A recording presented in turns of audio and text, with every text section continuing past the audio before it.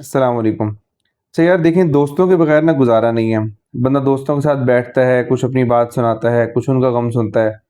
طبیعت بہل جاتی ہے۔ اچھا قرآن پاک نے دوستوں کے بارے میں ایک بات کہتا ہے کہ اللہ فرماتے ہیں کہ الاخلاء یومئذ بعضهم لبعض عدو الا المتقین۔ اخلا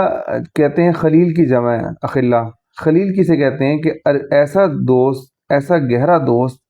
کہ جس کی دوستی نا ہمارے اندر تک اتر جاتی ہے، مطلب جس کو کہتے ہیں جگری یار، وہ ہوتا ہے خلیل۔ تو اللہ تعالیٰ فرما رہے ہیں کہ قیامت کے دن نا جو ایسے خلیل ہوں گے نا، بہت گہرے دوست، بڑے جگری یار جو ہوں گے، وہ بھی انسان کو چھوڑ جائیں گے،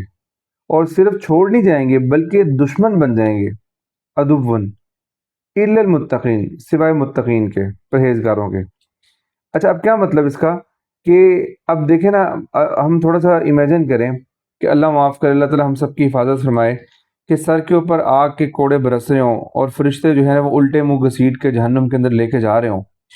تو اس وقت جو ہے وہ بندے کو کیا، اس میں کیا دوستی کا خیال آئے گا بتائیں؟ اس وقت تو بندہ جو ہے نا اتنا زیادہ عذاب کا اور اتنا زیادہ پریشانی کے اندر ہوگا کہ وہ ایسی کیفیت میں تو بندہ کہتا ہے کہ یار سارے جائیں بھاڑ میں، بس میں کسی طرح بچ جاؤں۔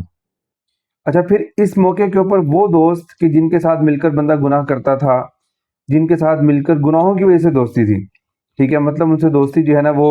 ایسی دوستی نہیں تھی، وہ تقوی کی بنیاد پر نہیں تھی، مطلب اللہ کی رضا کے لیے نہیں تھی، بس صرف اکٹھے مل کر گناہ کرنا ہے، تو اس وجہ سے دوستی تھی۔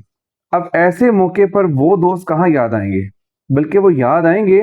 تو الٹا یہ فرشتوں سے کہے گا کہ بھائی اس کو زیادہ، اس کو پہلے پکڑو، کیونکہ اس نے مجھے بہکایا تھا، اگر یہ مجھے روک لیتا اس دن گناہ کرنے سے تو میں نہ جاتا، اگر یہ مجھے روک لیتا کبیرہ گناہوں کے اندر جانے سے تو میں بچ جاتا۔ تو یہ جو دوست ہوں گے نا، اللہ تعالیٰ فرما رہے ہیں کہ یہ دشمن بن جائیں گے ایک دوسرے کے، اور اتنے سخت گرمی کے اندر، اتنے سخت حالات کے اندر تو بندہ ویسے ہی کہتا ہے کہ یار میری جان چھوڑو، کسی سے مجھے میری جان بچ جائے، الا المتقین، سوائے تقوی والوں کے۔ اب جو دوست جو ہے متقی ہوگا، جس کی دوست آپ کی آپ کا جو ہے وہ دوستی آپ کے ان لوگوں کے ساتھ ہے، ایسے دوستوں کے ساتھ ہے جو تقوی والے ہیں، جو خود بھی نیکی کی طرف چلتے ہیں، آپ کو بھی نیکی کی طرف لے جاتے ہیں، چلو یار نہیں کرو گناہ یار، چلو آ جاؤ کچھ نیکی کا کام کر لیتے ہیں۔ تو اب وہ ٹھنڈی چھاؤں کے اندر ہوں گے۔ اب دیکھیں لاجک ہے نا